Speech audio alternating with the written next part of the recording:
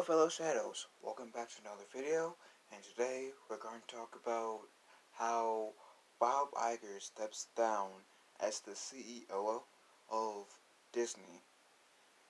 And it came out of nowhere yesterday, he just announced that, hey, I'm going to step down and have this other Bob take my place.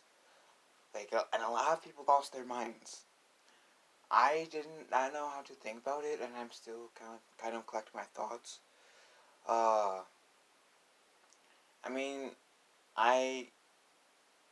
haven't really paid attention that much behind the scenes of Disney, to be honest. The only things that I really, paid attention to was, the time when Bob Iger took the fall, or the hit, whatever you want to say, for, Kathleen Kennedy's actions for Star Wars, and why now Star Wars is in a poop hole, practically, when it should have been Kathleen Kennedy who done it, but not Bob Iger. And I know he helped get, Fox, and I know he helped boost, Fox, in terms of, Fox, and, the rights to, Fantastic Four, and crap, I'm forgetting the other, and X-Men, there we go, and X-Men. And I do know he helped jumpstart ESPN Plus and Disney Plus. So and I know he did some negative stuff, I know he did some positive stuff for, Disney. When I mean negative, I don't really mean bad, I just mean that might hurt the company a bit, per se. Anyways, Disney did release an article, or a statement, and since I don't feel like having to read all of that myself, and I'll let Anna, that Star Wars girl, tell you guys. As I shift gears, put my camera on my phone, my laptop, and here we go. Bob Chapek named Chief Executive Officer of the Walt Disney Company. Robert A. Iger assumes the role of Executive Chairman through 2021. Mr. Iger will direct the company's creative endeavors. Mr. Chapek brings 27 years of successful leadership experience across Disney's parks, consumer products, and studio businesses. Burbank, California, February 25th, 2020. The Walt Disney Company Board of Directors announced today that Bob Chapek has been named Chief Executive Officer. The Walt Disney Company, effective immediately. Mr. Chapek most recently served as Chairman of Disney Parks, Experiences, and Products. Robert A. Iger assumes the role of Executive Chairman and will direct the company's creative endeavors, while leading the board and providing the full benefit of his experience, leadership, and guidance to ensure a smooth and successful transition through the end of his contract on December 31st, 2021. With the successful launch of Disney's direct-to-consumer... Which, before she goes on, which I'll backtrack a bit in the video.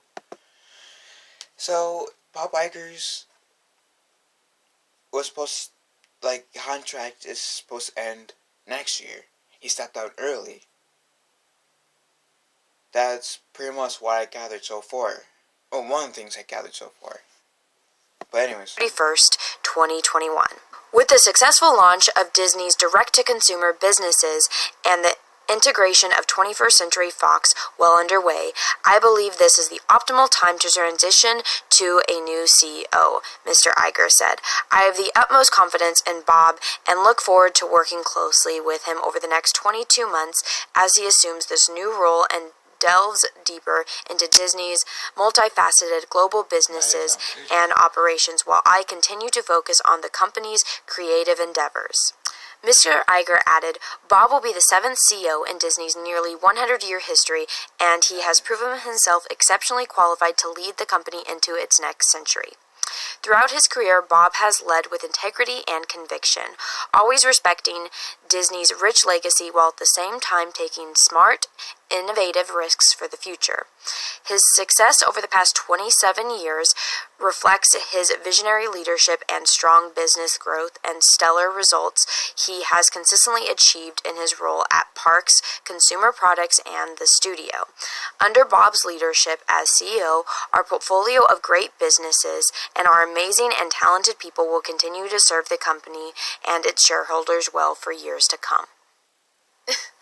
I know that's a lot of information to take in all at once, but let me summarize it and interpret it the way that I perceive it based on the information provided. So Bob Iger is going to spend his last year out of 45 years with Disney stepping away from the business aspect of things and focusing on the creative. Now, looking at...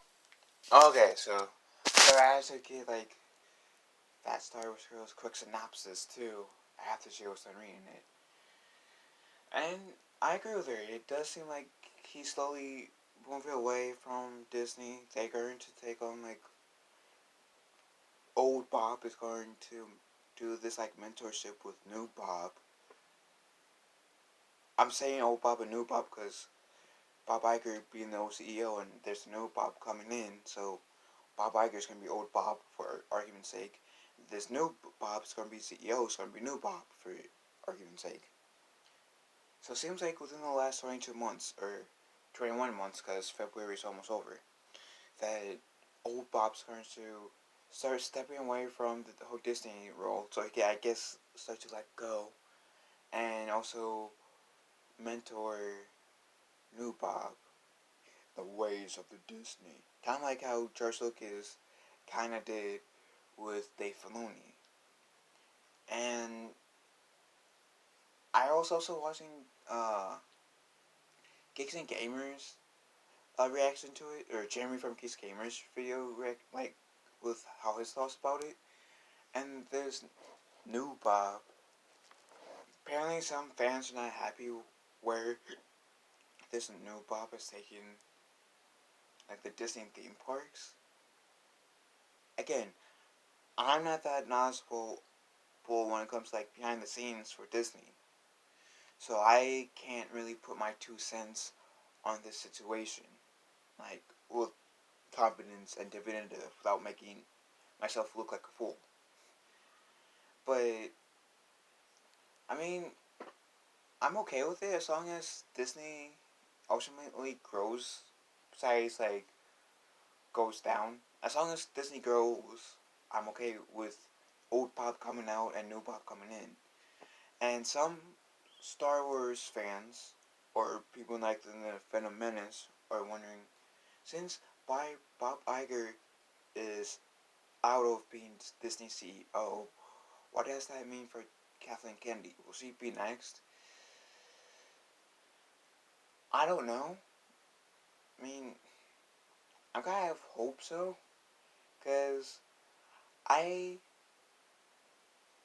It's one thing for me not to really like the new trilogy, but I don't like how she had pretty much encouraged Ryan Johnson and people at Lucasfilm to go around and bash fans who had any criticism towards the films, whether it be The Last Jedi, which really sparked the Phantom Menace, Solo: A Star Wars Story, or Rise of Skywalker. And I don't like how she's putting female first initiative, diversity first before storytelling.